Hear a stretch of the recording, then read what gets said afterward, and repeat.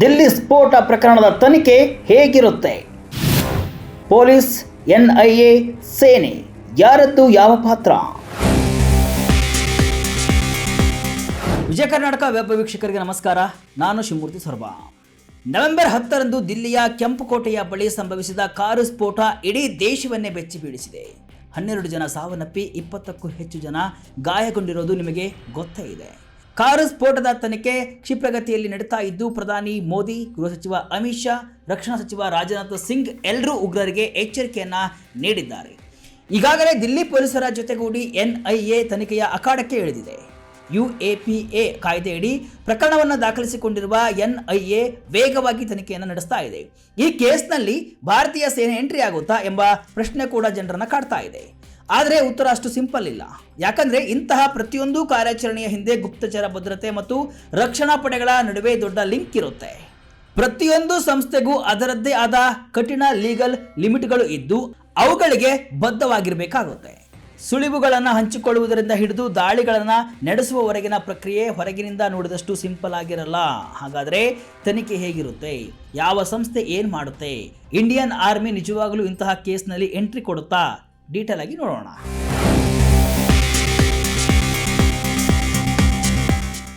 ದಿಲ್ಲಿಯಲ್ಲಿ ನವೆಂಬರ್ 10ರಂದು ನಡೆದ ಸ್ಫೋಟ ಇಡೀ ದೇಶವನ್ನು ಬೆಚ್ಚಿ ಬೀಳಿಸಿದೆ. ಪಹಲ್ಗಾಮ್ ದಾಳಿ ಬಳಿಕ ನಡೆದಿರುವ ಭಯೋತ್ಪಾದನಾ ಕೃತ್ಯ ಇದಾಗಿದೆ. ಕೆಂಪುಕೋಟೆ ಗೇಟ್ ಬಳಿ ಕಾರು ಸ್ಫೋಟಿಸಿದ ಬೆನ್ನಲ್ಲೇ ದಿಲ್ಲಿ ಪೊಲೀಸರು ಕಾರ್ಯಪ್ರವೃತ್ತರಾಗಿದ್ದರು.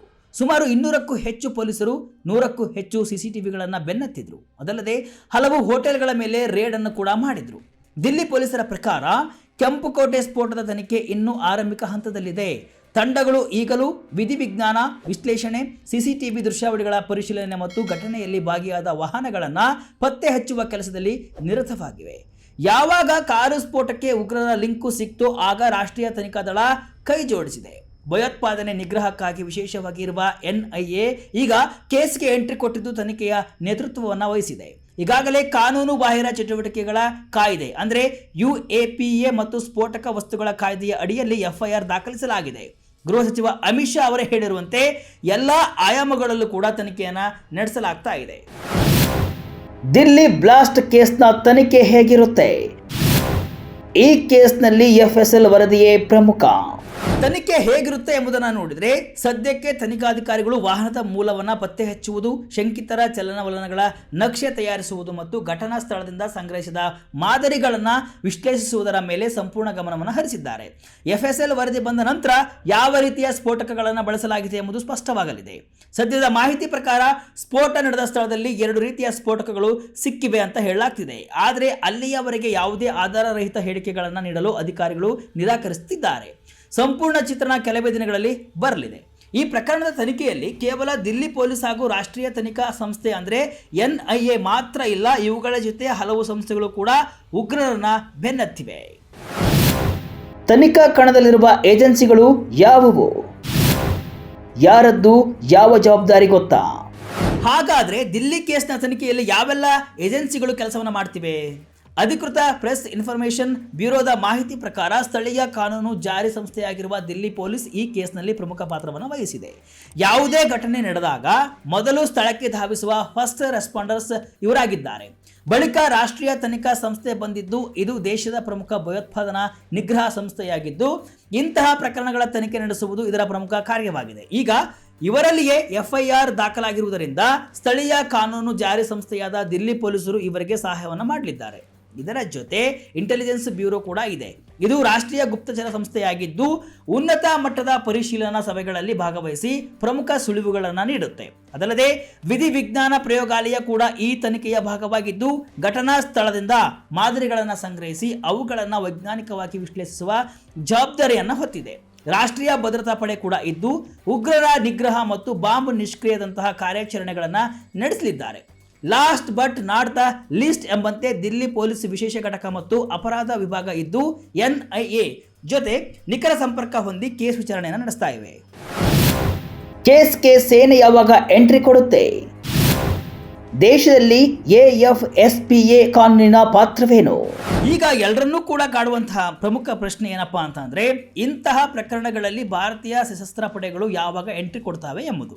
ಲೆಫ್ಟಿನೆಂಟ್ ಕರ್ನಲ್ ಜೆಎಸ್ ಸೋದಿ ಅವರ ಪ್ರಕಾರ ಭಾರತೀಯ ಸೇನೆಯ ನಿಯೋಜನೆಯು ಸ್ಪಷ್ಟವಾದ ಕಾನೂನಾತ್ಮಕ ಆದೇಶ ಮತ್ತು ಅಧಿಕಾರ ವ್ಯಾಪ್ತಿಯನ್ನು ಅವಲಂಬಿಸಿದೆ. ಇಲ್ಲಿ ಸಶಸ್ತ್ರ ಪಡೆಗಳ ವಿಶೇಷ ಅಧಿಕಾರ ಕಾಯ್ದೆ ಅಂದರೆ AFSPA ಅತ್ಯಂತ ಪ್ರಮುಖ ಪಾತ್ರವನ್ನು ವಹಿಸುತ್ತೆ.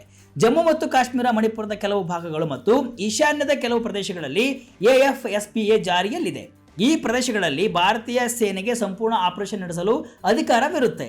ಅವರು ನಾಗರಿಕ ಅಧಿಕಾರಿಗಳ ಅನುಮತಿಗಾಗಿ ಕಾಯದೆ ಸ್ವತಂತ್ರವಾಗಿ ದಾಳಿಗಳನ್ನು ನಡೆಸಬಹುದು, ಉಗ್ರರನ್ನು ಮಟ್ಟ ಹಾಕಬಹುದು ಅಥವಾ ಸ್ಫೋಟಕಗಳನ್ನು ವಶಪಡಿಸಿಕೊಳ್ಳಬಹುದು. ಆದರೆ ದಿಲ್ಲಿ ಅಥವಾ ದೇಶದ ಇತರ ಹೆಚ್ಚಿನ ನಾಗರಿಕ ಪ್ರದೇಶಗಳಲ್ಲಿ AFSPA ಜಾರಿಯಲ್ಲಿಲ್ಲ. ಅಂತಹ ಸ್ಥಳಗಳಲ್ಲಿ ನಾಗರಿಕ ಪೊಲೀಸ್ ಮತ್ತು ಗುಪ್ತಚರ ಸಂಸ್ಥೆಗಳ ತನಿಖೆಯ ಚುಕ್ಕಾಣಿಯನ್ನು ಹಿಡಿಯುತ್ತವೆ. ಸೇನೆಯು ನೇರವಾಗಿ ತನಿಖೆಯಲ್ಲಿ ಭಾಗಿಯಾಗುವುದಿಲ್ಲ. ಆದರೆ ದೇಶದ ಹೊರಗಡೆ ಏನಾದರೂ ಆಪರೇಷನ್ ನಡೆಸಬೇಕು ಅಂದರೆ ಸಶಸ್ತ್ರ ಪಡೆಗಳೇ ನಡೆಸುತ್ತವೆ. ಹೇಗೆ ನಡೆಯುತ್ತೆ ತನಿಖಾ ಕಾರ್ಯಾಚರಣೆ? ಕಾನೂನು ಕಾರ್ಯವಿಧಾನದ ಚೌಕಟ್ಟು. ಹಾಗಾದರೆ ಹೇಗಿರುತ್ತೆ ತನಿಖೆ?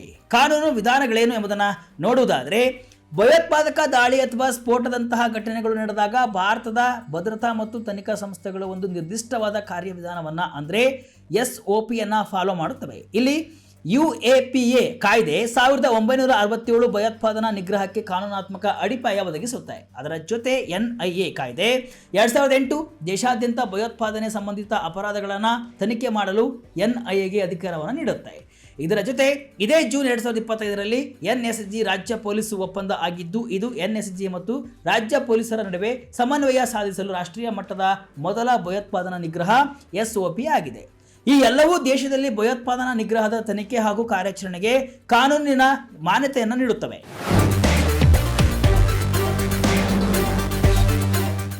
ಯಾವುದೇ ಭಯೋತ್ಪಾದಕ ಕೃತ್ಯದ ಪ್ರಕರಣವನ್ನ NIA ಕೈಗೆತ್ತಿಕೊಂಡಾಗ ತಕ್ಷಣ ತನಿಖೆ ಆರಂಭವಾಗುತ್ತೆ. NIA ಅಧಿಕಾರಿಗಳಿಗೆ ದೇಶಾದ್ಯಂತ ತನಿಖೆ ನಡೆಸುವ ಅಧಿಕಾರವಿದ್ದು, ಇದಕ್ಕಾಗಿ ರಾಜ್ಯ ಸರ್ಕಾರದ ಅನುಮತಿ ಪಡೆಯುವ ಅಗತ್ಯವಿರಲ್ಲ. ತನಿಖೆಯಲ್ಲಿ ರಾಜ್ಯದ ಭಯೋತ್ಪಾದನಾ ನಿಗ್ರಹ ದಳ, ಗುಪ್ತಚರ ಇಲಾಖೆ, ರಾ ಮತ್ತು ರಾಜ್ಯ ಗುಪ್ತಚರ ದಳದಂತಹ ಇತರ ಸಂಸ್ಥೆಗಳೊಂದಿಗೆ ಜಂಟಿಯಾಗಿ ಕಾರ್ಯವನ್ನು ನಿರ್ವಹಿಸ್ತಾ ಇದೆ. ಮಲ್ಟಿ ಏಜೆನ್ಸಿ ಸೆಂಟರ್ ಮೂಲಕ ಎಲ್ಲಾ ಸಂಸ್ಥೆಗಳು ಗುಪ್ತಚರ ಮಾಹಿತಿಯನ್ನು ಹಂಚಿಕೊಳ್ಳುತ್ತವೆ. ಇದು ಶಂಕಿತರನ್ನ ಪತ್ತೆ ಹಚ್ಚಲು ಮತ್ತು ಅವರ ಜಾಲವನ್ನು ಭೇದಿಸಲು ನೆರವಾಗುತ್ತೆ. ನಂತರ ತಾಂತ್ರಿಕ ಕಣ್ಗಾವಲನ್ನು ಇಡಲಾಗುತ್ತೆ. ಶಂಕಿತರ ದೂರವಾಣಿ ಕರೆಗಳು, ಇಂಟರ್ನೆಟ್ ಸಂವಹನಗಳನ್ನು ಕಣ್ಗಾವಲಿನಲ್ಲಿಡಲಾಗುತ್ತೆ. ಬಳಿಕ ಸ್ಫೋಟ ನಡೆದ ಸ್ಥಳದಿಂದ ಸಿಕ್ಕ ಅವಶೇಷಗಳು, ಡಿಜಿಟಲ್ ಉಪಕರಣಗಳು ಮತ್ತು ಇತರ ವಸ್ತುಗಳನ್ನು ವಿಧಿವಿಜ್ಞಾನ ಪ್ರಯೋಗಾಲಯಕ್ಕೆ ಕಳುಹಿಸಿ ವಿಶ್ಲೇಷಣೆಯನ್ನು ಮಾಡಲಾಗುತ್ತೆ. ನಂತರ ಭಯೋತ್ಪಾದಕ ಕೃತ್ಯಗಳಿಗೆ ಹಣ ಎಲ್ಲಿಂದ ಬಂತು ಎಂಬುದನ್ನು ಕೂಡ ಪತ್ತೆ ಹಚ್ಚಲು ಬ್ಯಾಂಕ್ ಖಾತೆಗಳು, ಹವಾಲಾ ಜಾಲ ಮತ್ತು ನಕಲಿ ನೋಟುಗಳ ಚಲಾವಣೆಯ ಮೇಲೆ ನಿಗಾವನ್ನು ಇಡಲಾಗುತ್ತೆ. NIA ಅಧಿಕಾರಿಗಳಿಗೆ ಅಗತ್ಯವಿದ್ದಲ್ಲಿ ಯಾವುದೇ ವಾರೆಂಟ್ ಇಲ್ಲದೆ ಶೋಧವನ್ನು ನಡೆಸಲು, ಆಸ್ತಿ ಜಪ್ತಿ ಮಾಡಲು ಮತ್ತು ಶಂಕಿತರನ್ನು ಬಂಧಿಸುವ ಅಧಿಕಾರವಿದೆ. ಬಳಿಕ ಸಂಪೂರ್ಣ ಸಾಕ್ಷ್ಯಾಧಾರಗಳನ್ನು ಸಂಗ್ರಹಿಸಿದ ನಂತರ NIA ಆರೋಪಿಗಳ ವಿರುದ್ಧ ವಿಶೇಷ ನ್ಯಾಯಾಲಯದ ಮುಂದೆ ಚಾರ್ಜ್ ಶೀಟ್ ಅನ್ನು ಸಲ್ಲಿಸುತ್ತೆ. ಈ ಪ್ರಕರಣಗಳ ವಿಚಾರಣೆಯನ್ನ NIA ಕಾಯ್ದೆಯ ಅಡಿಯಲ್ಲಿ ಸ್ಥಾಪಿಸಲಾದ ವಿಶೇಷ ನ್ಯಾಯಾಲಯಗಳಲ್ಲಿ ತ್ವರಿತಗತಿಯಲ್ಲಿ ನಡೆಸಲಾಗುತ್ತೆ. ತನಿಖಾಧಿಕಾರಿಗಳಿಗೆ ಎದುರಾಗೋ ಚಾಲೆಂಜ್ ಏನು? ಪ್ರಾಣ ಪಣಕ್ಕಿಟ್ಟು ನಡೆಯುತ್ತೆ ಆಪರೇಷನ್. ಇನ್ನು ಈ ತನಿಖೆಗಳು ಕೇವಲ ಬುದ್ಧಿವಂತಿಕೆಯ ಆಟವಲ್ಲ, ಬದಲಾಗಿ ಪ್ರಾಣವನ್ನೇ ಪಣಕ್ಕಿಡುವಂತಹ ಕಾರ್ಯಾಚರಣೆಗಳು ಕೂಡ ಆಗಿರಲಿವೆ. ಇಲ್ಲಿ ತನಿಖಾಧಿಕಾರಿಗಳಿಗೆ ಎದುರಾಗುವ ಅತಿದೊಡ್ಡ ಅಪಾಯವೇನೆಂದರೆ ಸ್ಫೋಟಗೊಳ್ಳದ ಬಾಂಬುಗಳು ಅಥವಾ ರಕ್ಷಣಾ ಸಿಬ್ಬಂದಿಯನ್ನೇ ಗುರಿಯಾಗಿಸಿ ಇಡಲಾದ ಸೆಕೆಂಡ್ ಬಾಂಬುಗಳು. ಸ್ಫೋಟ ನಡೆದ ಸ್ಥಳಗಳು ಕಟ್ಟಡದ ಅವಶೇಷಗಳು, ರಾಸಾಯನಿಕಗಳು ಮತ್ತು ಕುಸಿಯುವ ಅಪಾಯದಿಂದ ತುಂಬಿರುತ್ತವೆ. ಇದಲ್ಲದೆ ಪ್ರತೀಕಾರದ ದಾಳಿಯ ಭಯವೂ ಕೂಡ ಇರುತ್ತೆ. ಭಯೋತ್ಪಾದಕ ಗುಂಪುಗಳು ತನಿಖೆಯ ಮೇಲೆ ನಿಗಾ ಇರಿಸಿ ಕಾರ್ಯಾಚರಣೆಯನ್ನು ಅಡ್ಡಿಪಡಿಸಲು ಅಥವಾ ಸಾಕ್ಷ್ಯಗಳನ್ನು ನಾಶ ಮಾಡಲು ಮರುದಾಳಿಯನ್ನು ಕೂಡ ನಡೆಸಬಹುದು. ಉಗ್ರರ ಜಾಲವನ್ನು ಬೆನ್ನಟ್ಟುವಾಗ ಅಧಿಕಾರಿಗಳು ಹೊಂಚು ದಾಳಿಗಳು ಮತ್ತು ಗಡಿಯಾಚೆಗಿನ ಬೆದರಿಕೆಗಳನ್ನು ಕೂಡ ಎದುರಿಸಬೇಕಾಗುತ್ತೆ. ಅಪಾಯ ತಗ್ಗಿಸಲು ಏನೆಲ್ಲ ತಂತ್ರಗಳಿವೆ? ಸುರಕ್ಷತೆಯೇ ಮೊದಲ ಆದ್ಯತೆ. ಈ ರಿಸ್ಕ್ಗಳನ್ನು ಕಡಿಮೆ ಮಾಡಲು ಭದ್ರತಾ ಸಂಸ್ಥೆಗಳು ಮಲ್ಟಿ ಲೇಯರ್ ತಂತ್ರಗಳನ್ನು ಅನುಸರಿಸುತ್ತವೆ. ಮೊದಲ ಆದ್ಯತೆ ಸ್ಥಳದ ಭದ್ರತೆ. ವಿಶೇಷ ಬಾಂಬ್ ನಿಷ್ಕ್ರಿಯ ದಳ ಮತ್ತು ವಿಧಿವಿಜ್ಞಾನ ತಂಡಗಳು ಸ್ಥಳವನ್ನು ಸಂಪೂರ್ಣವಾಗಿ ಪರಿಶೀಲಿಸಿದ ನಂತರವೇ ತನಿಖಾಧಿಕಾರಿಗಳಿಗೆ ಪ್ರವೇಶವನ್ನು ನೀಡಲಾಗುತ್ತೆ. NIA, IB ಮತ್ತು ಸ್ಥಳೀಯ ಪೊಲೀಸರ ನಡುವೆ ಸಮನ್ವಯ ಕೇಂದ್ರಗಳ ಮೂಲಕ ರಿಯಲ್ ಟೈಮ್ ಮಾಹಿತಿಯನ್ನು ಶೇರ್ ಮಾಡಲಾಗುತ್ತೆ. ಇದರಿಂದ ಗೊಂದಲಗಳು ತಪ್ಪುತ್ತವೆ. ಅಪಾಯಕಾರಿ ಪ್ರದೇಶಗಳನ್ನು ಪರಿಶೀಲಿಸಲು ಡ್ರೋನ್ ಮತ್ತು ರೋಬೋಟಿಕ್ ತಂತ್ರಜ್ಞಾನವನ್ನು ಹೆಚ್ಚಾಗಿ ಬಳಸಲಾಗುತ್ತಿದೆ. ಸಿಬ್ಬಂದಿಗೆ ಬಾಂಬ್ ನಿಷ್ಕ್ರಿಯ, ಸ್ಫೋಟದ ನಂತರದ ವಿಧಿವಿಜ್ಞಾನ ಮತ್ತು ಡೇಟಾ ರಿಕವರಿ ಬಗ್ಗೆ ವಿಶೇಷ ತರಬೇತಿಯನ್ನು ನೀಡಲಾಗುತ್ತೆ. ಜೊತೆಗೆ ರಕ್ಷಣಾತ್ಮಕ ಕವಚಗಳು, ಸಂವಹನ ಜಾಮರ್ಗಳು ಮತ್ತು ಬುಲೆಟ್ ಪ್ರೂಫ್ ಜಾಕೆಟ್ಗಳು ಅವರ ಕಾರ್ಯಾಚರಣೆಯ ಭಾಗವಾಗಿರುತ್ತೆ.